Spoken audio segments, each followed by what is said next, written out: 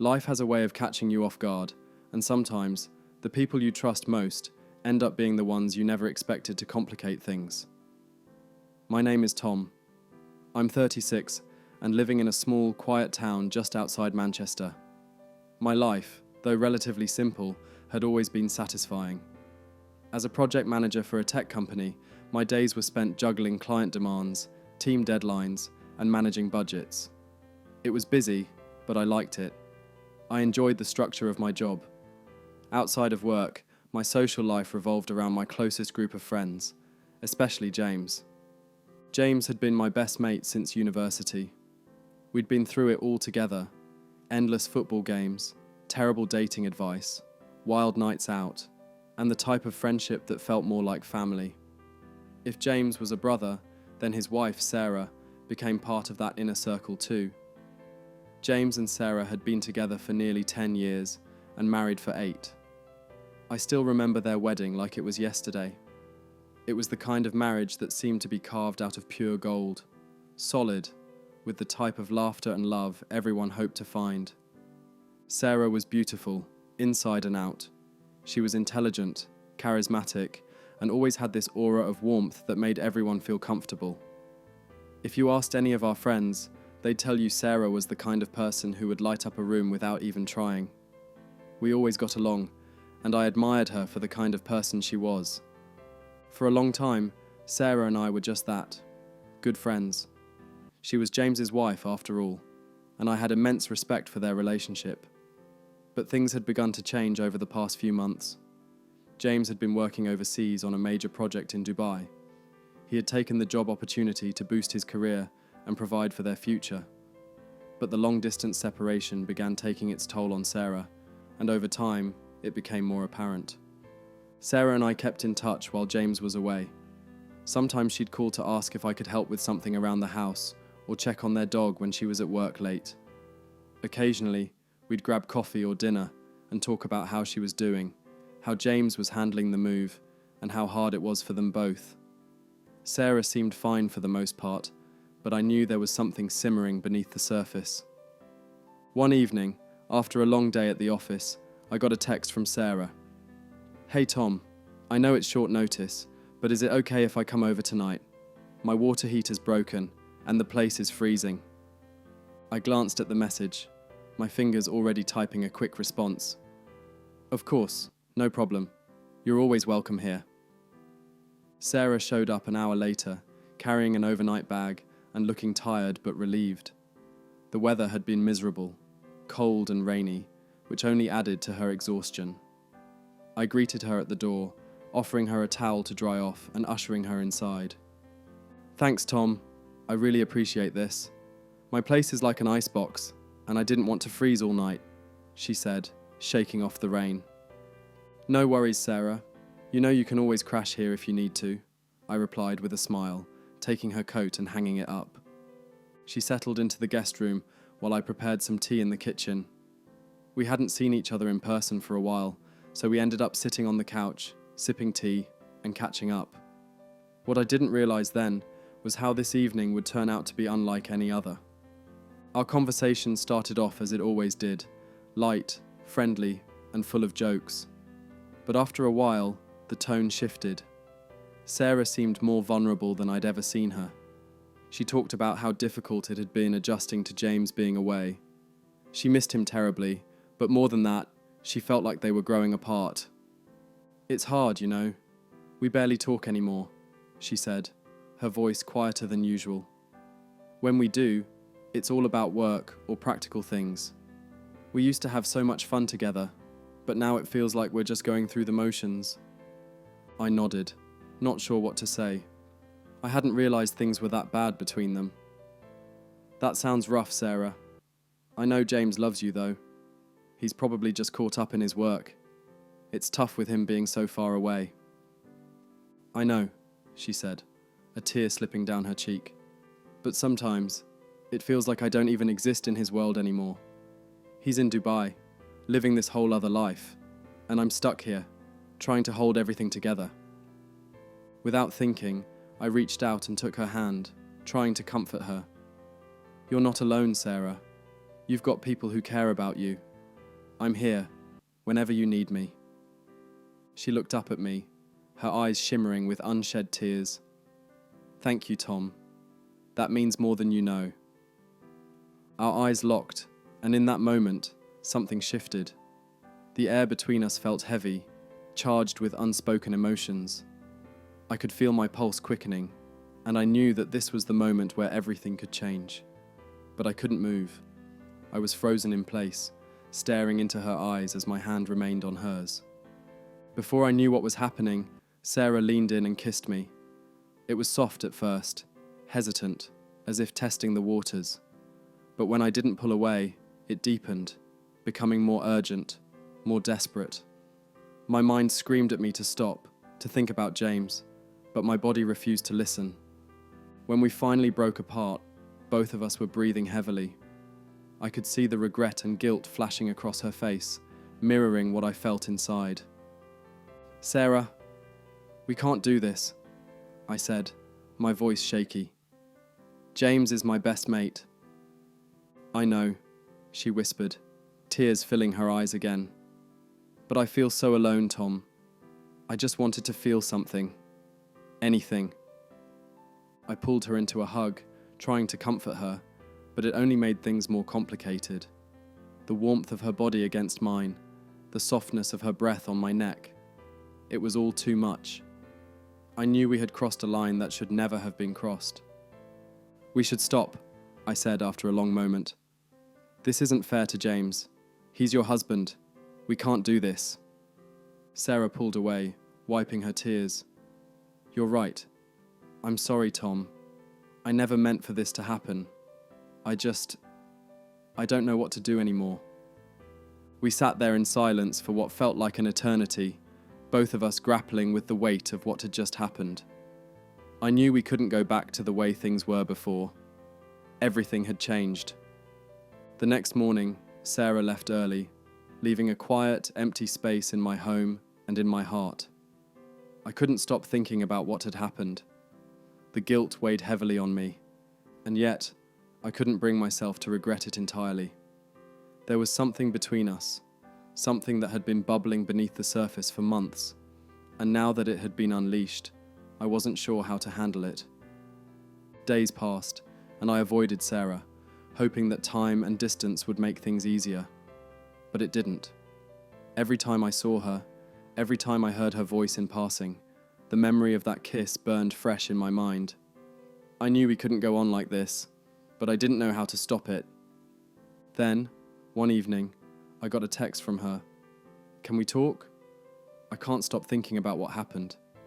My heart pounded in my chest as I stared at the message, torn between what I knew was right and the desire that still lingered between us. I knew I should ignore it, should cut things off before they spiraled even further, but I couldn't. Yeah, let's talk, I typed back. We agreed to meet at a small pub on the outskirts of town, far enough away that no one would recognize us. I arrived early, my nerves frayed as I sat at a corner table, nursing a pint of beer. When Sarah walked in, she looked just as anxious as I felt.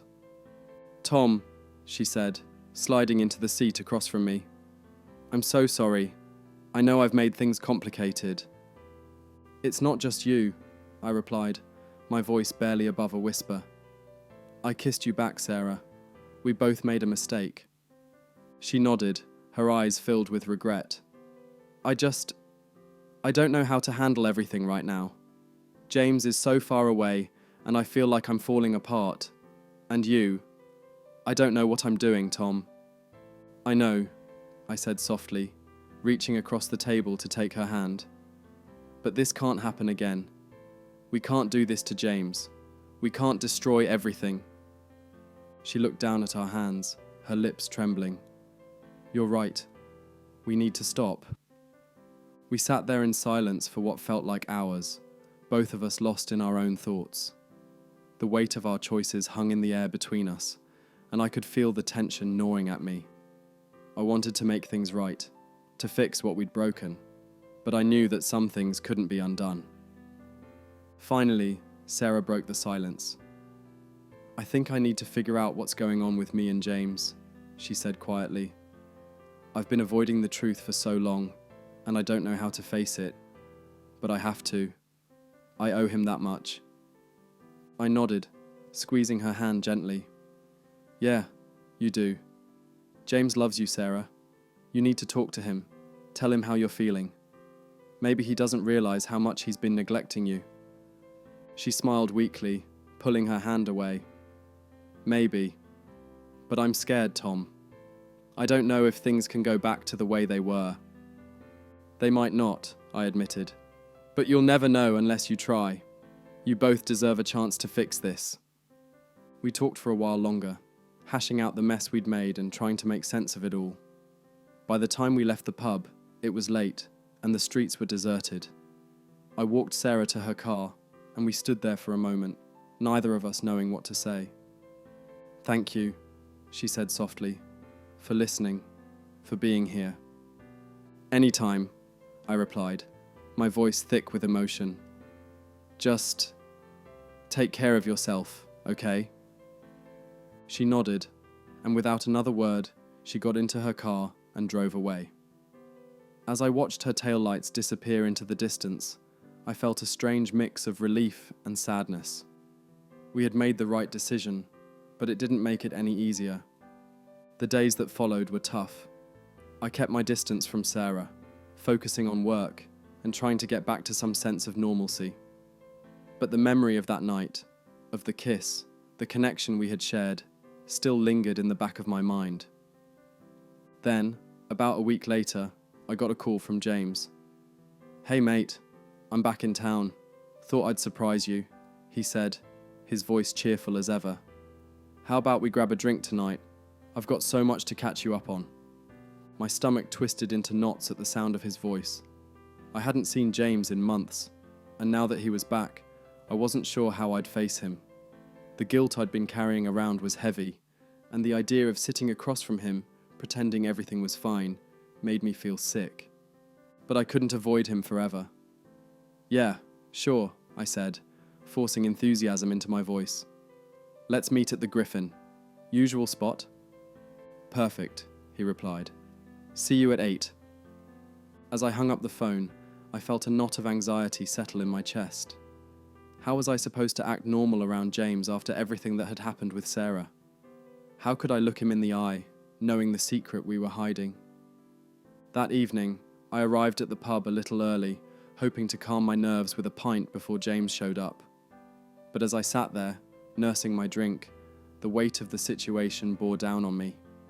I couldn't shake the feeling that everything was about to come crashing down.